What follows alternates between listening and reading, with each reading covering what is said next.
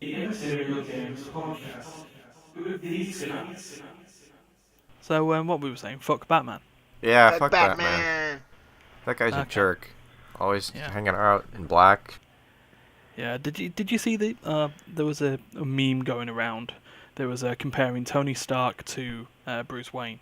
And it's like Tony Stark's was, hi Peter, I know that you really want to be a superhero and I can know you're special, so I've got this suit for you with all these gadgets to help it, but because I don't want you actually getting hurt very soon, I'll leave you down to the petty folk so you'll only have limited use of the abilities, and that way I can keep my eye on you.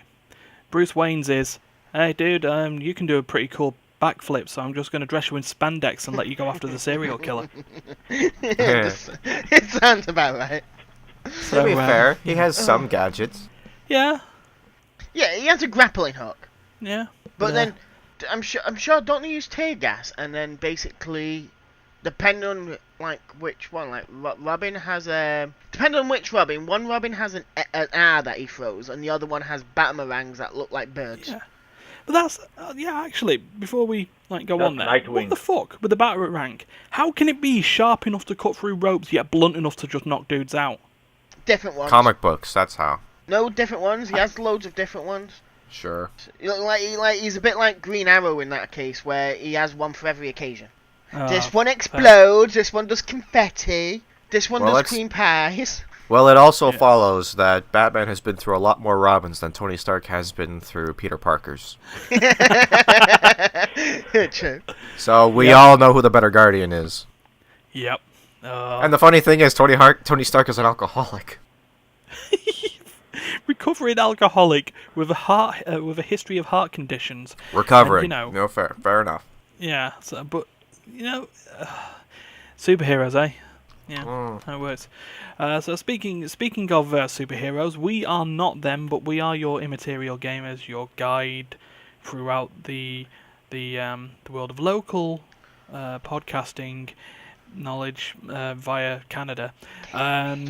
Local podcasting. None of us are next to each other.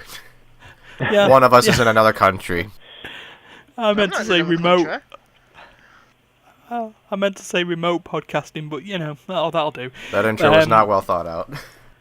No, but then again, not much of my plans are. Not much of our content is. Hey, we do what we can. We do what we want. That's what it is. We're still finding ourselves. Yeah, always. And joining us on this weird communal spirit journey. So yeah, it's me, it's Ryan. We've also got Stefan. Excellent. We've also got Duncan, I'm back again. and we got Darius. Hello, everyone. So yeah, let's kick. So I do the creepy and everyone does this normal. Yeah. Bastards. Yeah, that's how it works. I am actually a bastard. For the record. So am I. Don't worry about it. I think you all are. Oh. We managed to double our attendance this podcast. Yeah. That's worth noting. Well, yeah, it's perfect. So let's, without further ado, let's get on to What's being played? And you know what? Oh God, which out of Darius and Stefan hasn't been around the longest? Stefan, What? what have you been playing? What have I been playing? Just give me I played a bit of Darksiders 3. Darksiders 3. Hello. I've literally played it for about half an hour. Okay, and how gripping was that half an hour? Well, seeing that I've not really had time to play it again, and I want to get back to it, but the graphics for it seems a bit dull, so I'm trying to figure out why my graphics looks really bad on it. Okay. I don't know if it's the game itself, because I remember 1 and 2 being a lot better, but I had them on console. This is the first one I'm playing on PC.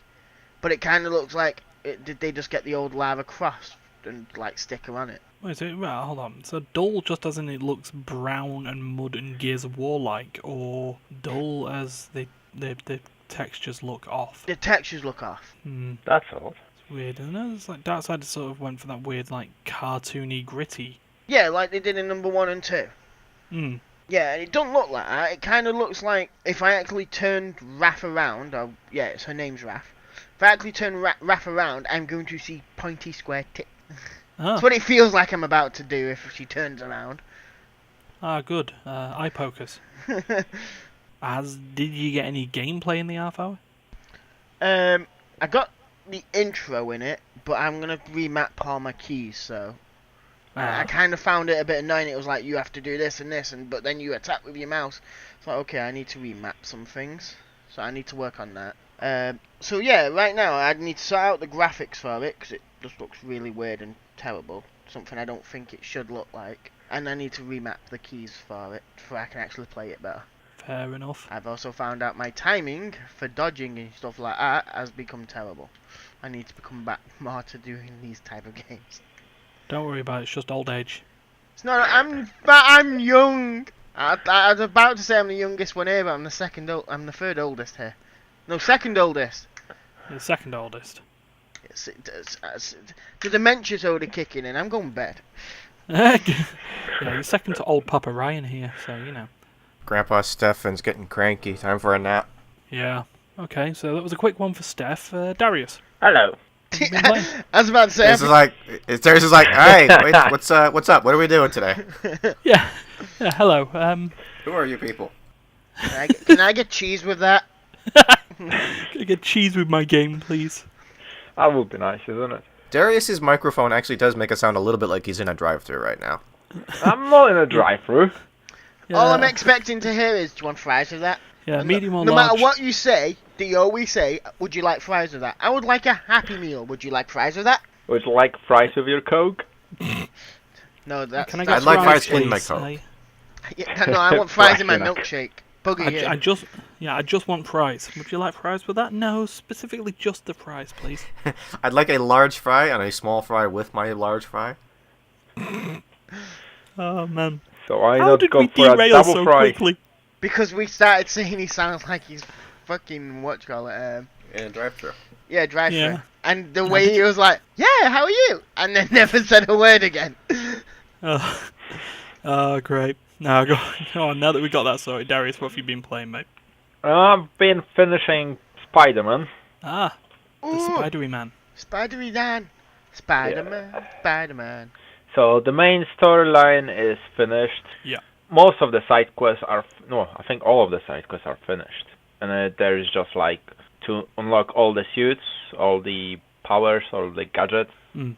So basically you have to roam around the map, picking up random shit. Which is kind of boring after a while. This is why you should do it in between. Yeah, I was doing that in between. However, certain tasks, collectibles, are locked until very late of the game. So as soon as they become unlocked, you should just go do it. So the ones which were open to me in the beginning, they are miles done ages ago.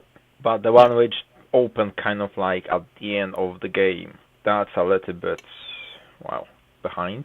Also, the challenge tokens are very difficult to get. Okay. So what challenges do you normally have in those tokens then? It's, for example, you have to chase the drone by passing through blue rings. Mm-hmm. So the rings give you extra points. So you literally have to pass through every single one of them and do it within, I don't know, within a minute to catch the drone. Right, okay. So you can get all 6 tokens. If you miss even one of the rings, or maybe 2, that's already silver. And if you like a little bit of time, that's silver, bronze. So this is only one thing which is kind of annoying. However, I do get the point of it to be a challenge. Why they call it challenge tokens, because they're supposed to be hard to get. Yeah. But it's too much unlockable things rely on it. So if you get me, so basically if you're spending too much time, well, you literally have to spend a lot of time to unlock every single costume for Spider-Man, which is a little bit of annoying. Yeah. But yeah, it's still doable. You just need to, practice a little bit more. Other than that, the game is alright. I've started playing the DLC right now. Yeah. Feels good. And apart from that, I've been playing Tomb Raider. Shadow of the Tomb Raider. Ah, alright. Shadow, that's the last one, isn't it? Yes, the latest one. Yeah. I think I'm roughly halfway through the story. And the only issue which I was having with the game at the present is like I've been playing on my white screen, but the frame rate to quality wasn't really good. So I switched back to my standard monitor, 16:9, is it? Yeah, 16:9. Full HD, unfortunately, but I was able to crack all the settings to the highest ones. Not the ultra, the highest, 60 FPS. Fair dues. So I think I will keep playing that game on my smaller screen, just for the, smoothness of the Fair game. enough. Yeah. Cool. No, like I say, you want to always make sure that you're most comfortable when playing the games. Yeah, well, for some of the games, I don't really mind when the frame rate drop or I have 30 steady FPS on my ultra-wide monitor, because basically the games look nicer. You have more to look at. But this is, to be honest, this is the first occasion when I've turned back to my old monitor since I've got my ultra-wide. Okay. Because I wasn't, literally, that game demands a lot of horsepower.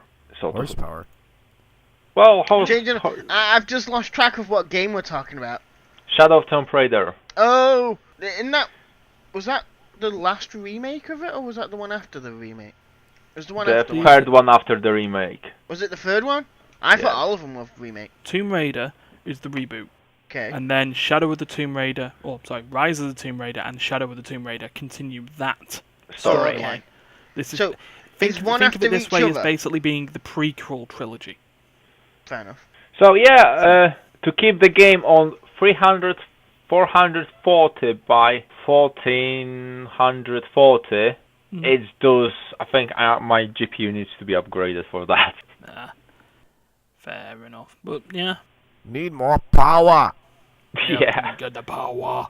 Put more power to the engines. Right, okay, now cool. In terms of high-powered gaming, then we move on to Duncan.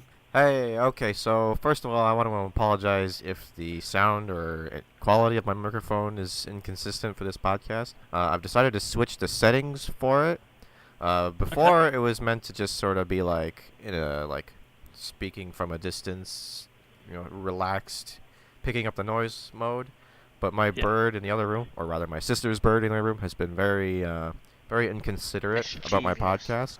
So I switched it to vocals mode, which means I have to get right up in the microphone, and it'll be much quieter than normal. But this will minimize the noise pollution on my end. I feel like Duncan's gonna plan to sing to us. So I'll see how this goes for recordings. No, that's fine. No worries. Anyway, I'll try to speak nice and loudly so it doesn't sound too weird.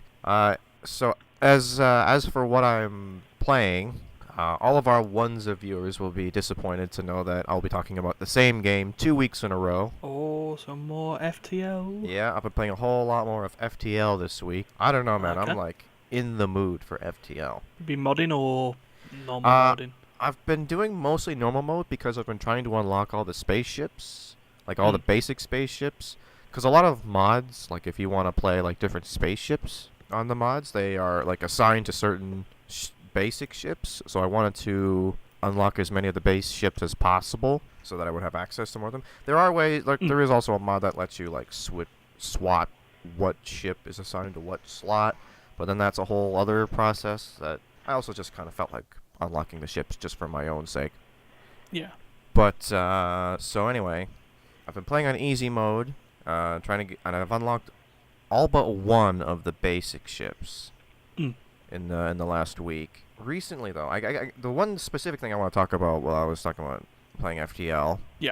There was one particular mission I was playing as the Mantis cruiser.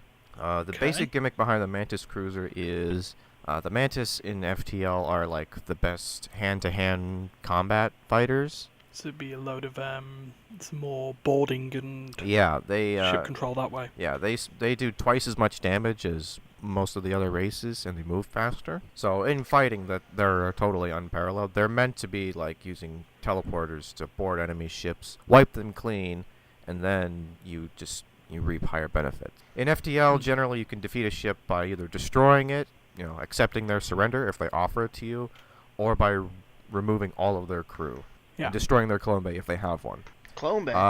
Cloning bay is something where it replaces a med bay, which is a basic system. Yeah, I'm assuming it clones a another person. or Yeah. something. Over time, it will clone a dead crewmate, Oh, that would be and much. yeah, it was released in the advanced edition. Yeah.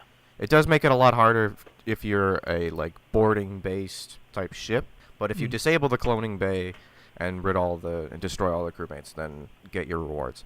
Anyway, so generally speaking, if you destroy an enemy ship, the rewards that you get are less good than if you empty out the ship of crewmates. But generally speaking, killing all the crew through boarding is a lot more risky. It generally takes more time, which means that your ship will usually take more damage, and obviously puts your crew at risk because you're putting them on the enemy ship, and you don't know how well prepared they will be for your guys. Yeah. So it's a high-risk, high-reward strategy, and the Mantis Cruiser specializes in this. You start off with really terrible weapons, which is makes it really tough. But over time, I could assume that would just, if you can get the strategy down of the boarding, Yeah. won't really be too much of a problem anyway. Yeah, so the first couple sectors, you just board as many ships as possible when they're not prepared for you, because a lot of ships, like if you're playing on easy mode, a lot of the ships in the first couple sectors won't even have meta bays in the first place and will have really kind of terrible weapons. So you can get away with boarding them and win a lot of the time. It's ironic because in like when you play with almost any other ship, you can run into like what are automated ships that don't have crews and therefore don't have like life support systems or anything like that. They just attack you with automated weapons and stuff. Generally speaking, when you have a normal ship, those ships tend to be the easiest to defeat because once you disable their systems, they don't have crew to repair them. They can repair slowly over time automatically, but it's much slower than if a crew person was repairing it. So usually they're easier to defeat, but they actually become a lot harder to defeat when you're the Mantis Cruiser because your weapons are so terrible and you're so geared towards boarding. And I mean, you can't board a ship that has no oxygen. Your crew will die before your teleporter resets. So there's no point in doing that. So they actually become a lot harder. So anyway, I managed to.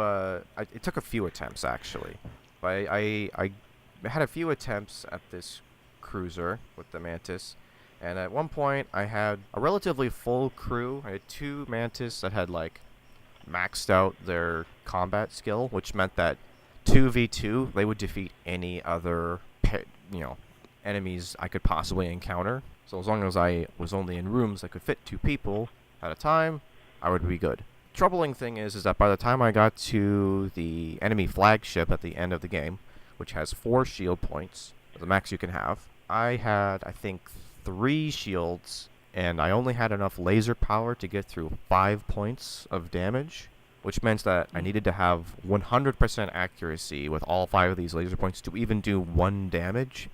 And even if I did that 1 point of damage, I would still only have, they would still be able to repair whatever system I damaged before I could get my shots off again, which meant that, if I relied only on my laser power, I would almost always lose because, they would shoot their missiles and lasers at me, and I would take probably 5 damage per volley, and I would only do 1. So, completely one-sided fight if I fought them straight up. My only hope was that I had a few things going for me. One, I had a mind control system, which allows you to temporarily possess an enemy crewmate. The module. Yeah, like that. I think I had a cloaking field, which makes you untargetable for a set amount of time, depending on how well upgraded it is. And then, of course, I had the teleporter, which meant I could go... The enemy flagship had, 4 sectors, 4 sections that are cut off from the rest of the ship. So that house their weapons. So what you can do is you can teleport your crew into those areas and disable them, which reduces the amount of damage that you take significantly.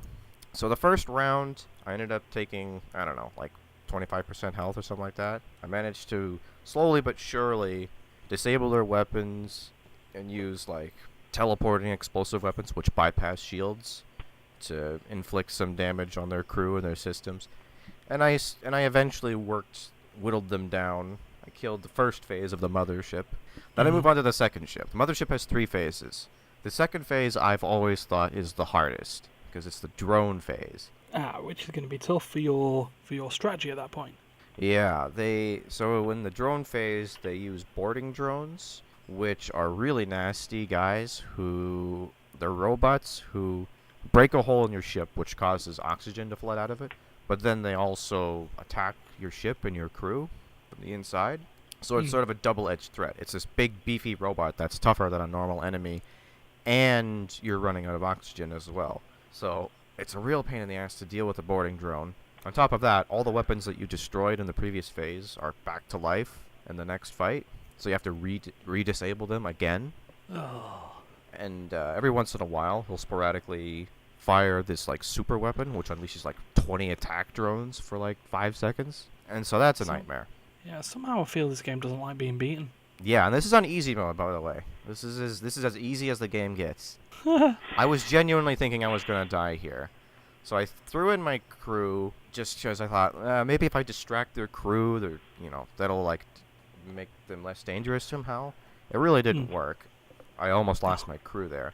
I tried mind controlling one of their guys to sort of even the odds, but that only slowed it down. That only stopped my crew from dying. So I pulled them back.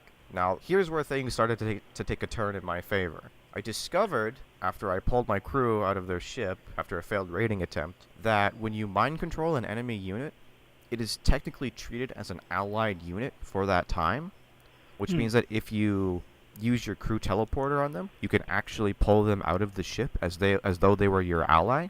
So you can actually abduct an enemy unit while they're mind controlled, and then when the mind control wears off, they just become a regular enemy on your ship, and you can kill them. The mothership has no cloning bay, which means they have a finite amount of crew. So I think you might see where this is going. Yep. So, another thing about the mind control that's awesome is that if you max it out, it doesn't just like work faster or have a slower cooldown. It actually makes the enemy unit more powerful during the time that they're mind controlled. So like they do more damage and have more health than they normally would. So what I did is I started mind controlling their units one at a time, bringing them onto my ship, and then I can't control them, but they do automatically like operate the ship and protect it when they're on my ship. So what they would do is they would go and attack the boarding drone whenever they were on board and start fighting them. And because they were so much tougher than normal, they would actually like almost kill it by themselves before they ran away. So I send in, mind control guy and like one or two of my other crew. We kill the robot, patch the whole together like a loving family, and then when the mind control wears off, we just kill the guy. Nice. So I repeat this process until they essentially run out of crew, and at that point my units, my boarding mantis, are free to just go in, disable their shields manually, and then I could just unleash hell on their ship. Sorted. So naturally this took a long time for me to figure out. I took a lot of damage here. I was down to like a third of my health by the time I destroyed phase 2. But phase 3, to my happy surprise, they didn't like spontaneously regenerate any crew or anything crazy like that. So it was still a virtually empty ship. It was still completely empty. So essentially, the third phase starts with like a super shield, which means it starts with like a bunch of extra health, and you can't teleport or mind control through it or anything like that. So you have to wear that down first. But once I did that, I could just go onto the ship and just do whatever I want. The one thing about phase 3, though, is that they also have a mind control unit now. So now they're possessing my guys, and theirs is also upgraded, which means my guys also have more health and more damage when they're attacking me. So this was a problem. This is always the scariest part of phase 3. Phase 3 is still not the hardest phase, but this is the scariest part of it. Because they're still my crew, which means they're still, highly trained individuals who know how to use my weapons or piloting or engineering. And if they break my stuff, then my ship is vulnerable. But if I kill them, then I lose that crew man forever, and my ship becomes more vulnerable. So it's kind of a tough balancing act of trying to stop my crew from destroying my ship, but also not killing him. Sometimes I end up having to choose one or the other. And that's when I made another excellent discovery that cemented mind control as the most overpowered ability you can possibly have on a ship. You can mind control your own units. Okay. So you can every time steal they them mind back. every time they mind control my guy, I just use my mind control on that guy, and it cancels it out, and it's as if he was never mind controlled in the first place. and our mind control has the same power and same cooldown, which means it was always ready whenever they did it. So you put the mantis on the ship, let them break the shields, counter their mind control every time it comes up, and eventually Phase 3 becomes an easy win. And there you go. It was the most elaborate and difficult challenge I've ever faced in FTL on easy mode, and it was also the most satisfying victory I've ever achieved in that game. Nice. So that's my big FTL story for this week. That's cool. So Jackanory Gameplay Edition will return. I enjoyed that story though. It was fun. Nothing better than just cheesing the system in a way that you're not feeling like you're cheesing the system. It's just like, no, I'm using the mechanics you've given to me to... Yeah, it didn't feel like cheating. It just felt like I solved a puzzle. And I was like, oh my god, this is amazing. This works so well. How had I never tried this before? Yeah. That's awesome. So, I really, like I said last week, I really should play some more FTL, but I didn't. So. But what did you play, Ryan? Excellent. Oh well, thank you, Duncan. What I did play was I decided to play what Dee talked about all those weeks ago. I played Sword Art Online. Oh, that's a coin. I played Sword Art Online Hollow Fragment because it was on sale on the Humble Store, and I could get what will most likely be next week's game, which is Sword Art Online Fatal Bullet, the game set in Gungale Online, probably next week. But yeah, very nice. Just having fun. Spent the day yesterday playing it and doing catch up, so I could be just as strong as I was on the PS4 version. Yes, that means I've now got it on 2 consoles or 2 devices, but hell, this one allows me to play multiplayer with human beings that I know. Trust me, buying a game on multiple consoles is not a new thing. Yeah, I say that. I've got 2 copies of Thumper, I've got 2 copies of a lot of stuff, but I mean, at the end of the month I'll have 2 copies of Yakuza 0. I mean, Final Fantasy X, I've bought that on at least 3 consoles now. Yeah, so, yeah, I mean, we will get to Final Fantasy X in, like, a matter of moments, because it's no different from when Dan was talking about playing SAO. Yeah, you play as Kirito, you play in the alternate universe of SAO that meant everyone was still stuck in it. We still agree that if that ever happened, just rip the helmet off me. And, Same. Yeah, but I'm playing some weird DLC packages. I mean, this one, the one thing I've noticed at this point, is due to the DLC packages on Sword Art Online, which you just get, no having to buy crap. You can get armor from Gungale Online, and you get weaponry like the Light Blade from the Gungale Online arc. Now, there's a slight bit of a contradiction on this because for anyone who even knows the anime for SAO, Gungale Online shouldn't exist if if the alternate universe still happens. Yeah, because it's built up on top of the other world. Well, yeah, in a sense, yeah. It's like the whole thing. There's basically spoilers for anyone who hasn't watched it, but it's it's a multiple-year-old anime. Get over it. I haven't watched it, but I probably won't. Okay, I apologise. Kind of, but yeah. At the end of SAO, Kirito, the protagonist, ends up defeating the creator of Sword Art Online in a duel to the death, who just happened to also be running around the place as the leader of the biggest guild in there. He was cheating because he couldn't die. But anyway, so he dies, and as a result he fulfills his promise, which was if he died or if he was beaten by Kirito, the game would end up closing and everyone who was still alive at the time would be alive. In the alternate universe, that doesn't happen. Some glitch happens that forces everyone to stay in the game. But in the anime, he dies. They do some adventures in some other full-body VR game, which, I'm sorry, if you knew that the SAO incident happened over 2 years, why would you go into another game? It's enough of a suspension of disbelief. It's enough of a suspension of disbelief that I would go into the first one in the first place because of my own paranoia. But even if I assume that I was crazy enough to try it and that happened to me, hell no, I'm never going in another virtual world again. I'm probably never playing a video again. Playing a video game. I'm just like, I'm going to read books from now on. Books are safe. Yeah, I'm done. Scary thing that can happen with a book is I might get a paper cut, you know? Oh, yeah. But yeah, so that happens. Alfheim Online, there's a whole arc of that. So a second game by a rival company that happened to buy out the other company in between the SAO incident. So yeah, so that's happening. And then yeah, so that happens. The storyline that goes on there, and at that point they find the seed. So even though the guy who created SAO was an absolute psychopath, he left his creation to whoever was worthy of finding it or whatever. Did you just say that he left his seed in the game? Seed, yeah, it's a seed. They call it the seed.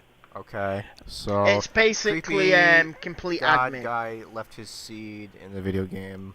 It's basically left complete admin behind. Yeah. Yeah, I mean, I get it. Like I'm making a joke here, guys. The joke is terrible, and I do not like it. Terrible. Yeah, it's terrible. But yeah. Anyway, it happens. Kirito finds it, and he decides, yeah, you know what? Let's go open source for this shit, and releases it to the world. And they're the third game, the third full body VR game. They just don't learn. Gun Gale Online happens. So yeah, the contradiction is that how can you get items from the game that was only created due to events that happened in another timeline? Because it's an anime. And it's a game. Leave it. Yeah, thanks, Duncan. You've brought me back to earth with that one. Yes, because anime. And a game. And a game. Yeah, whatever. It's a game about a game. How did Golden Frieza catch up to Super Saiyan God Blue Goku with 3 months of training? Because anime.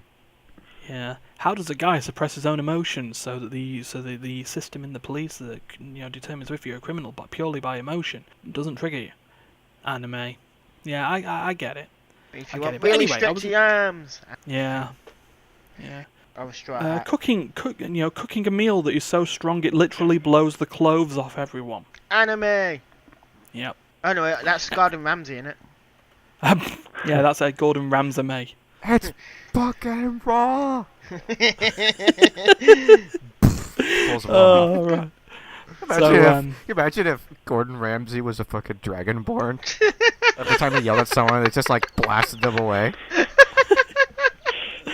Oh shit! Oh god! Yes. It is raw.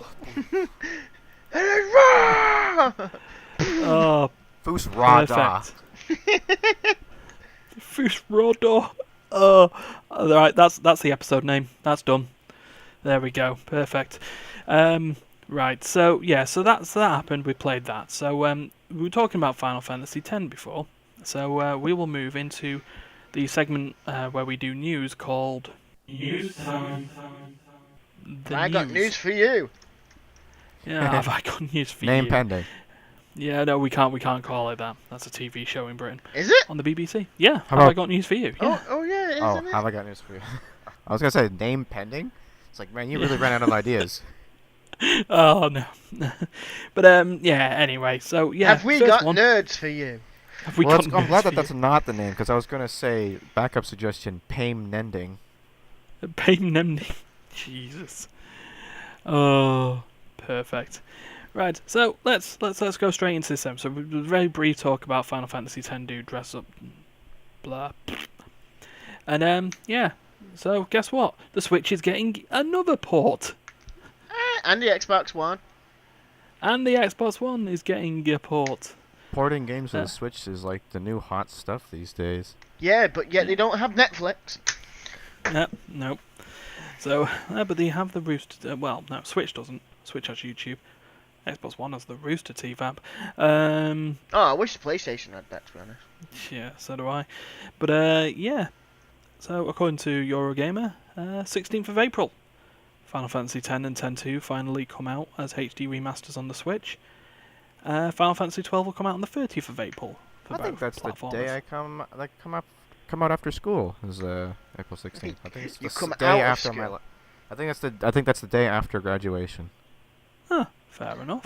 When Duncan comes out of school. But yeah, I mean, it's not just the remaster of Final Fantasy XII though. It's 12 the Zodiac Age with the 300% better job system. Wait, does this mean you can get a job? No, the Zodiac job system, rather than sort of like pigeonholing people into particular jobs. You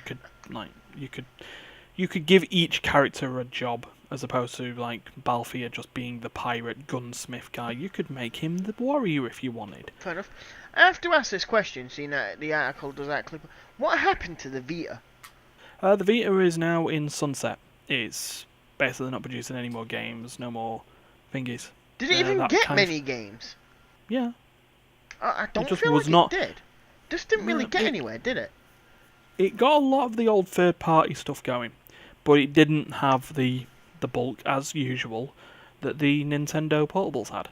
Yeah, It started off good, but once the 3DS family hit its stride, it kind of tapered off. Oh, And now with the Switch. That- Now with that's the Switch, actually it's just reminded like me of, it's like something I the read Vita's last week. only real claim to fame was the fact that it was like a pretty powerful for a mobile console. You know, then you put the Switch out, and it's just like, okay, well, now we're done. Yeah, goodbye. Can't just drop that into the But middle of a PS4. That's 5-6 years. They are 5-6 years apart. So definitely, the Switch will be much more powerful, isn't it? But it's also Nintendo. I mean, they don't really care how powerful their console is. I mean, you look at the Wii compared to what was, you know, competitive at the time of the Wii's release. Wii wasn't even HD. It's like, Yeah, exactly. You know, Yeah. they went in there with cartoony standard definition graphics and an admittedly interesting gimmick. You know, the way that the motion controller worked. I still like the Yeah. Wii's infrared thing more than the Switch motion What, the controls. Switch I gotta camera? be honest. To be honest, I just didn't But, like them. I didn't like moving. I well. just used to just get a GameCube pad and stick it in. I'm done. Well, who Yeah, knows? so- Maybe I'll own Final Fantasy X on a 4th console. Maybe. Well, you know. So, yeah, Square doing what Square does. Just rebooting everything. But I want my fucking Final Fantasy VII remake. You're not Thank getting you. it. I know, it's depressing. It's not So, depressing. It is very depressing. It's not. Moving on. We'll keep the depressing going. So, Gearbox. We know all about Gearbox, right? Borderlands. Yeah, Yes. I like Borderlands. Yeah. Sorry, I'm nowhere in the right place for the news, so I don't know where we start and where we end. Okay, we're up to that bit. So, this is the most recent one that we put up in there. Well, the second most recent one. Yeah, so Randy Pitchford, the CEO of Gearbox, is getting a personal lawsuit Okay. against him for Against $12 him? million. It's a lot of money. Or, $12 million, but More. Sorry, less. No, it's something to do with a 12 million bonus. But the it's between over-under him on and $12 his, million is... yeah, between him and his legal counsel. Former. So he's his ex-lawyer. So a guy called Wade Callender. I was gonna say, if he's still his lawyer, I'd change. No, it's former. I don't think he's got your best interest in. Yeah, don't get your best interests at heart at that point. And Yeah. yeah, so he sued them on the 21st of December 2018. It's been acknowledged Friday, I believe it was.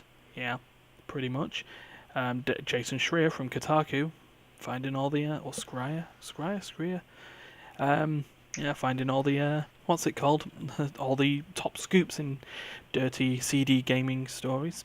But yeah. What's he being sued Hold for? He's being sued for a bonus payment that he gave to himself. Okay, a $12 million bonus. Yep. That's To a a pretty picture. substantial bonus. Yeah. Now a lot of these are in good old finger quotes. So yeah, so he's apparently taking. Well, he's being accused of taking money for himself, basically. To receive a. Oh yeah, here we go. The lawsuit alleges, that Kotaku says, that Pitchford struck a deal in 2016 to receive a personal, secretive, finger quote, executive bonus of $12 million to be paid directly to Pitchford's entity called Pitchford Entertainment Media Magic LLC. Oh yeah, did we forget to tell you that Randy Pitchford is actually part of the Magic Circle? Oh, is it? He's a magician. Oh, I thought you meant like the card. Yeah, the Magic Circle is what they call the Fair enough. group of magicians anyway. But yeah, so that $12 million bonus and other stuff. But the biggest accusation, and this has to be that it is entirely speculation in terms of the lawsuit documents that he said. That Callender's most lurid accusation is regarding what happened 4 years ago. apparently Pitchford did a HM Reviewing Customs and left a USB in a restaurant, and that restaurant had the documents on said USB stick had sensitive corporate documents. Gearbox, For, 2K Gaming, yeah, Gearbox, Sega, 2K, Sony, Sega, Sony. Microsoft, and others. How big was this fucking USB? Probably about 32 gigs at that time, but You could fit a lot of text under 32 gigabytes. Yeah, but is it just going to be text? I'd assume it'll probably be a bit more. But that wasn't the biggest bit of news on there, and the most damaging if it is true. And I say that, like I say, if it is true. I know that Randy Pitchford, I have to say this, it's in the games industry. Randy Pitchford is a bit of a pariah, a bit of a controversial person. Particularly the guy who still believes that Aliens Colonial Marines is the best game released ever. It wasn't. I think that was the worst. Yeah. This whole sort of Victor's Law thing that he's sort of doing with himself. But anyway, this is the accusation. The documents weren't the only thing on the USB drive. Cam girls. In finger quotes, upon information and belief, Randy Pitchford's USB drive also contained Randy Pitchford's personal collection of underage pornography. Underage pornography. Oh boy. Yeah.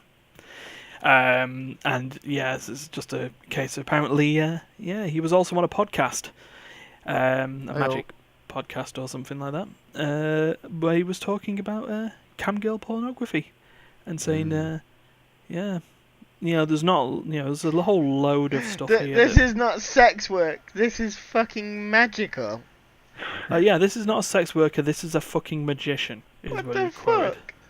But well, the other bit here, and it was barely legal porn. The girl's handle was only 18. So Gearbox are counter-suing, by the way.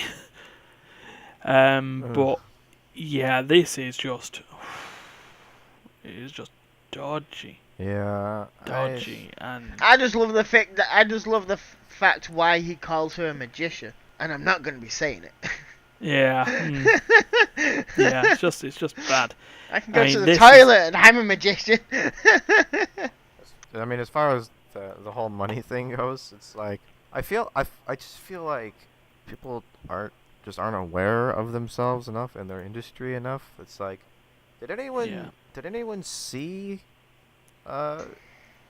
Telltale? Does anyone even know who they are or that they existed or what happened to them? No, I mean, I'm not asking you. Like, I'm asking these CEOs. It's like, do you know how companies work? Do you know how mismanagement can be damaging to companies? Toys R Us. Yeah. Anyone ever heard of Toys R Us? When the CEOs were paying themselves millions of dollars and bankrupt the company and had to sell themselves. Now they're in Canada. Yeah, Toys R Us, not over here, they're not. Aren't they? No, they're gone.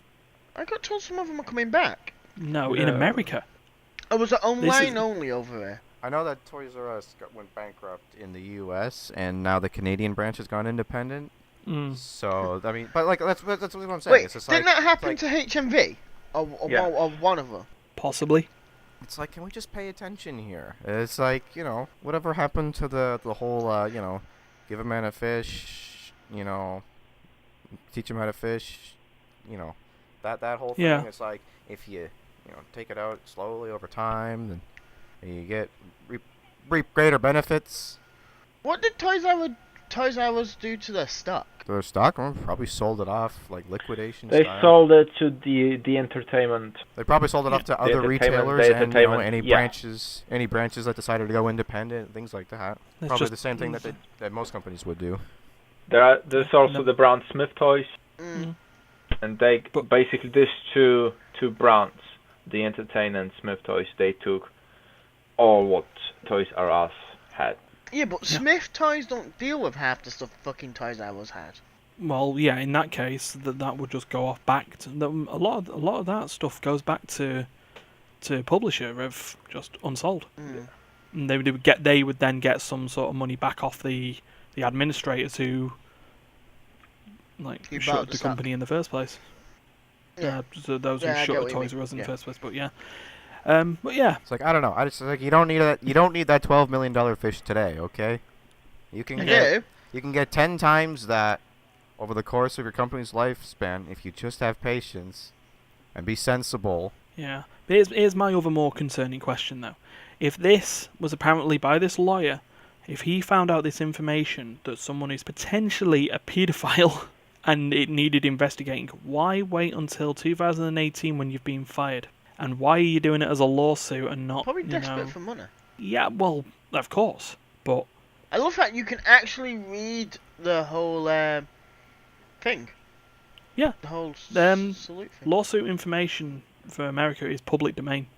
Yeah, cool. You can do that. In fact, there's a one of the YouTube channels that I follow, a guy called Leonard French. He's a copyright lawyer in America, but he has a YouTube channel where he just goes through a lot of big gaming lawsuits and sort of stuff like that, and sort of discusses it and breaks down the legalese with people. Just using, it's like public documents, but he also has his own personal access to cases that he's in. But yeah, sometimes it's interesting to just sit down and just like chill out and listen to that. But yeah, I mean that's something. Chill out and listen to that. I'll bar me. Well, whatever. Hold on, the ice cream van's here. I need one. So anyway, moving on. Moving on. I'll be back in a sec. We got more news to cover. Yeah, we've got 3 more, at least at that point. Let's go with Fallout 76, the gift that keeps on giving. It's like syphilis, except it makes money. Except it takes your money. Yeah, takes your money and runs. And then sits there and moans that it's not taking enough money. So, Duncan showed me this one before we started. Developer-only rooms in video games aren't uncommon. Right. Places where, we go on that idea, yeah? Yeah. I mean, like say, World of Warcraft, GM Island. Everyone knows about GM Island. People have made it to GM Island. Blizzard have congratulated them on it and then moved them back. But Fallout 76 had a developer-only room in their live service that you could easily access, and players have been accessing it. And there is an NPC called Wooby. Good old Wooby. Wooby-doo. Wooby, named after some sort of character of some sort. But it's more the following bit that is the gift that keeps on giving. Bethesda decided that the best way of dealing with the story of the fact that people accessing the developer-only room with an NPC in it is to getting access to extremely powerful equipment, apparently. That I'm back. Balance in the game. That's what important to know. There's an actual reason why this room is bad. Yeah, but continue. It's bad. The best way they do that is the good old raise the fields way. Ban everyone who ever got into the room and interrogate them onto how they got into the room. Oh, rather than sort out the problem of removing the fucking room. Or removing access to it for anyone who doesn't, isn't a developer and can't, console command themselves into it. Yeah. I mean, it's just like, it's just ridiculous. I mean, at this point, if someone gets into the room and say they just managed to get in there by accident, I know that a lot of people who have done it will have just glitched their way through or no-clipped or some sort of hack there. Yeah. But yeah, it's the bit that, as the article from Polygon says, if they don't explain how they visited the room, the account stays suspended. If they do, Bethesda are just going to do an investigation, which is most likely going to end up in the account getting suspended. So, So what's the point of them even telling them anything then? Yeah, it's just ridiculous. I mean, granted, like Duncan said, this is full of experimental weapons and stuff that developers are testing in there. But the main problem that I have on that is in a live game. Why have it there? Yeah, surely they could put up like a test server or something, something that only they have access to. Or if other people do have access to it, it's like a no consequences kind of thing. Yeah, but it's just it's just ridiculous. More Bethesda problems. It's just silly. So basically, it's like I just don't get why it's like that. It's like I mean, maybe some people are hacking or whatever, and those people deserve to get bitten down on it. But yes. My understanding is that you don't actually need to cheat to get into this room. It's just it's just kind of difficult to figure out. So it's like why punish the player for doing something that they're capable of doing that you didn't stop them from doing, that maybe you didn't want them to do. It's like your problem. It's your fault. So why are they Yeah. getting, getting Yeah, hurt for it? like the same kind of, well, not entirely same thing, but similar thing happened in Destiny, isn't it? Where the player were able to get to the end of the raid chest without completing the raid. Oh no, that was without doing that weird jumpy puzzle because of the sword mechanics. Do you mean that one? Right. Yes, well, still, they were able to do it. However, the Destiny team allowed them to keep the gear. Yeah, they kept the gear and then removed it so no one else could do it. Yeah, I mean, So that's how you do it. basically- It's just like, well, you know what? Fair enough. At the end, they were rewarded for doing something what should not happen. Rather than considering it a reward, consider it's just like not a punishment. It's just like, essentially they're punishing themselves by not, dealing with it. It's like, they're like, fair enough, I guess that's our bad. We'll just make sure that other people can't do that anymore. Exactly. Yeah, but Can you imagine if everyone who did that got banned or had their account reset or something like that for doing that? But yeah, that is similar. The way Bungie dealt with it is the way that a lot of companies deal with security stuff, code bounties or whatever they call them, where someone can turn around and say, "Look, there is a problem with your website. I could access it by doing this," and the company at that point will go, "Right, well, thank you for letting us know. We're going to fix it. Here, have this money."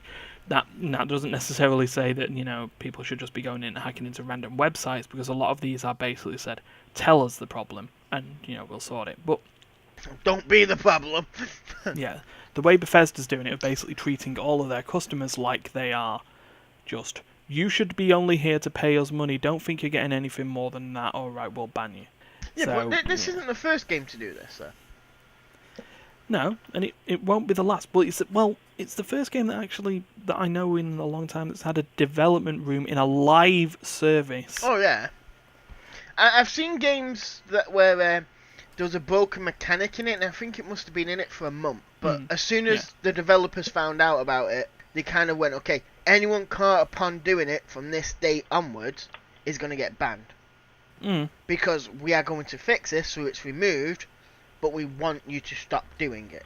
Yeah, but anyway, it's more Bethesda stuff, and To be honest, Bethesda's kind of been in the podcast since the game's been put out, hasn't it? yeah, You because got there's players being nothing. banned for racism. You've got people now being banned for being able to get into a room which shouldn't have been there to begin with. The game launch was terrible. It's hard not to talk about it because almost every week there's something to talk about. And then There's usually then something the gone game wrong. out tomorrow. Yay! I can't wait for the game tomorrow. Yeah, I'm so not playing it. so we'll I'm look just gonna for stay away from that firestorm. yeah, so we'll look for next week. Next game. week we will do Bethesda Bonanza. We'll see what happens next week. Anyway, Darius mentioned Destiny, so we'll move on to that story. To the top of the page, almost. The interesting story. Bungie and Activision are splitting up. There is a god and he has heard us all. Thanks for that. Anyway, yeah, what Steph said. Bungie have split with Activision, but they're keeping the Destiny IP. So unlike Bungie splitting with Microsoft, and Microsoft outsourcing the Halo franchise to 343, Bungie have full IP rights to the franchise after a torrid 8 years. An amount of time. Yeah, I'm assuming this means it's going to go back to the way it was before, where it wasn't just money grabbing pile of crap. Not necessarily. Not necessarily, because apparently there's been tension with Activision Bungie at the time. Bungie had the problem with Activision's necessity to you need to bring out another bit for Destiny every year on the year. We need to make sure we're adding season passes and blah blah blah. Sounds like Activision. Same people who made Call of Duty. Yeah, it never said anything about the microtransactions, which weren't necessarily denied from either company. Oh yeah, I have to admit, they're trying the silver, buy silver. I think that was all you could have got, and none of it was really See, the thing with the Destiny I preferred with you could buy stuff, but it wasn't basically you buy stuff and become the best player there because you bought the better gear. It was I use money to look fancy. Yeah, but anyway, so we go for this, and the fact that they've Bungie have split up from Activision. Note this, though. Bungie were never part of Activision like Blizzard are part of Activision. Oh yeah, I know that much. They were it was a publishing partner.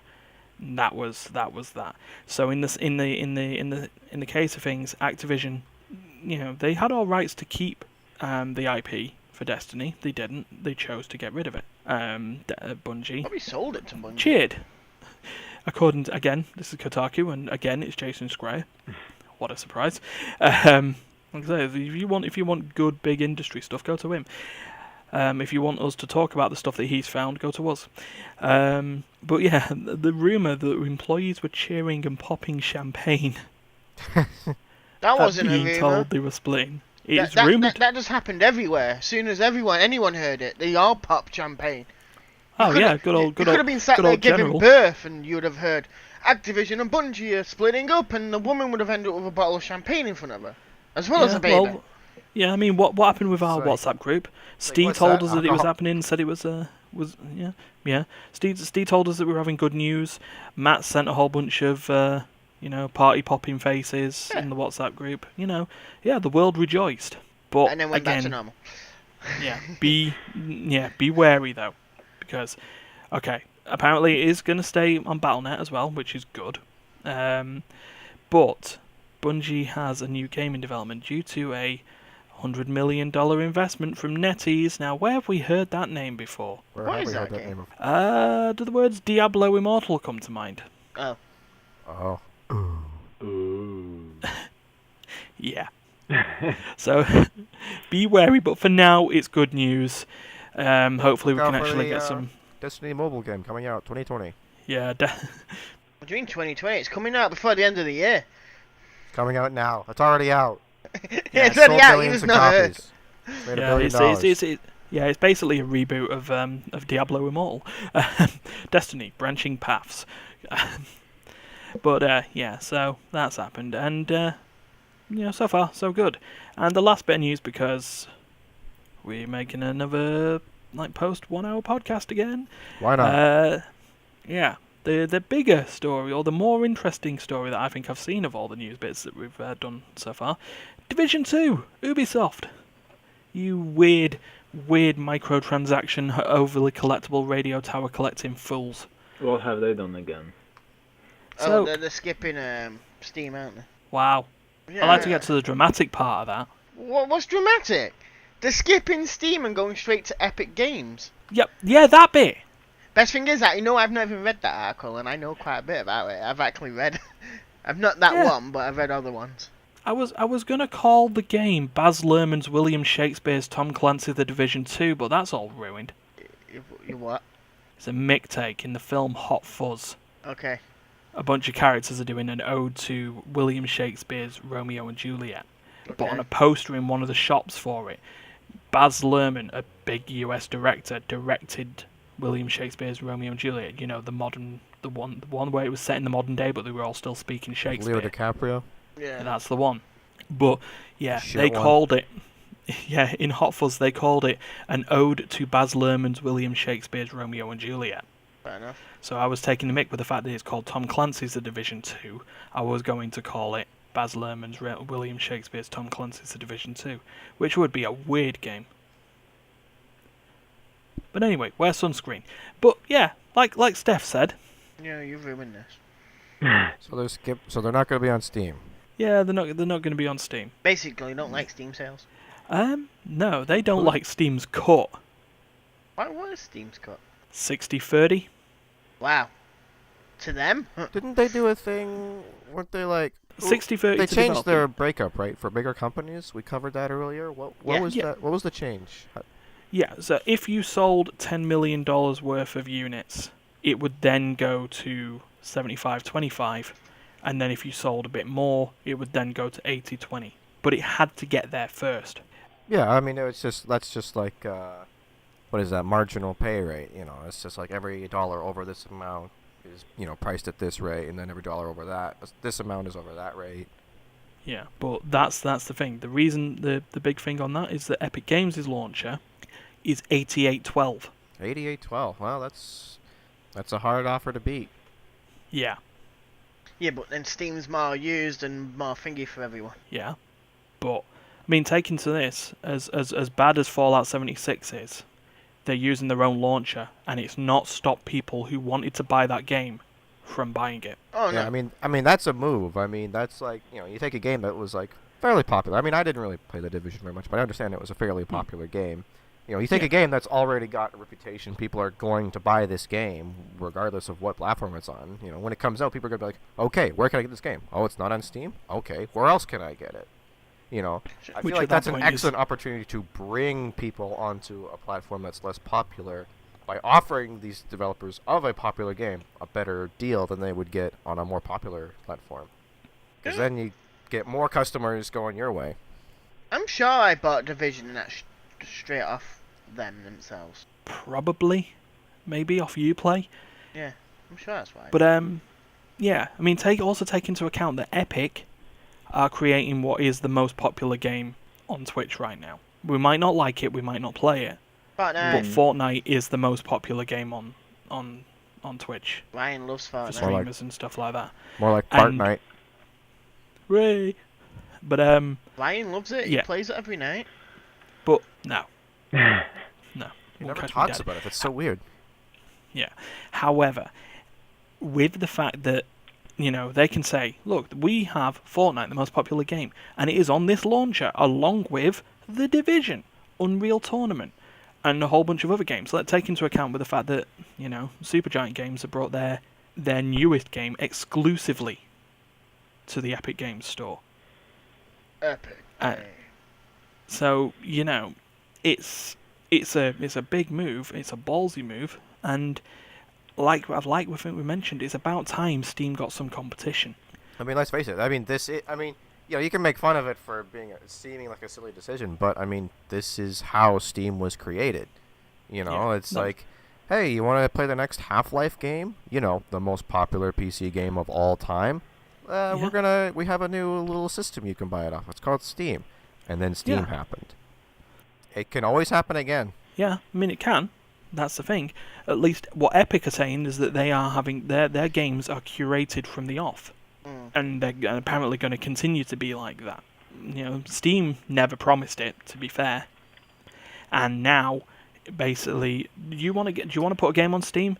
Do you have £100? No, 'Cause actually, if you do, don't. there you go.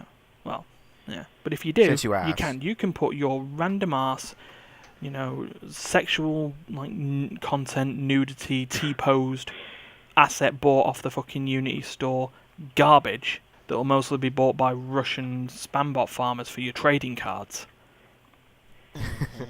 And yeah, if you want to go for that as your route of business, Steam. If you're a developer and you want to actually produce games, well, look at this. There are new challenges entering the fray. So, there we go. It's interesting, and well, it'll be cool to see. I might even I'm being cautious here, but I might see how the Division 2 is after a couple of months of launch.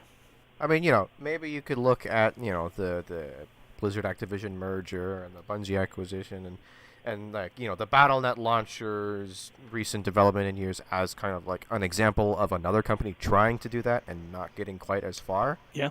But you never know. I mean, you've got one success story, Steam. You got one middling story, Blizzard Activision.